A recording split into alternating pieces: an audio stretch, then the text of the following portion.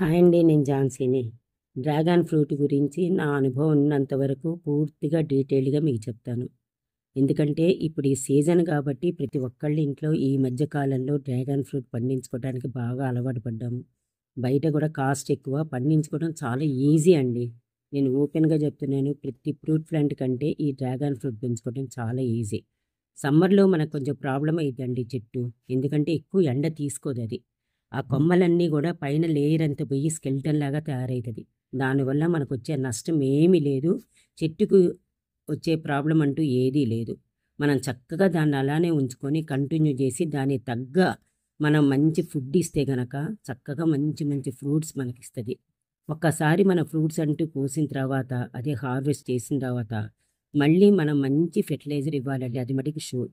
జీవామృతం గానీ, seaweed, Epsom salt, bone మీలు లేదా mustard cake ఏదో ఒకటి కౌ డంగ్ అని ఏదో ఒకటి తప్పనిసరిగా ఇస్తే మళ్ళీ రీస్టార్ట్ అయితదనమాట ఫ్రూటింగు.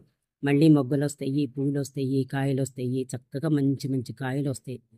టేస్ట్ బ్రహ్మాండంగా ఉంటదండి. మనం ఇంట్లో పండించుకున్న కాయకి, బజార్‌లో కొనుక్కునే కాయకి ఒక్కసారి కంపారిజన్ చేసుకొని ఒకేసారి పెట్టుకొని తినండి మీకు తెలుస్తది. ఎంత స్వీట్‌నెస్ తేడా ఉంటదో.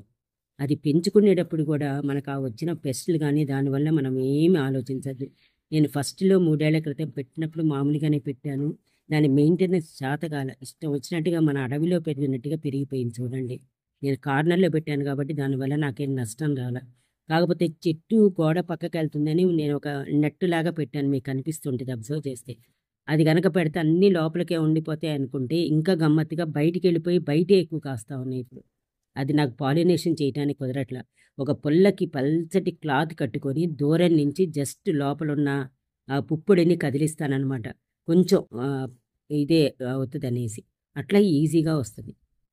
చక్కగా అందరూ ఎలాంటి ఆలోచన లేకుండా పెస్టొచ్చినాయి అని ప్రాబ్లమ్ ఫేస్ చేయాలని అనుకోకుండా ఇంట్లో హ్యాపీగా పెంచుకోవచ్చండి. దానివల్ల ఆ పెస్ట్‌ల వల్ల గానీ ఏమి మనకేం ప్రాబ్లమ్ రాదు. చక్కగా పెంచుకొని ఎంజాయ్ చేయండి.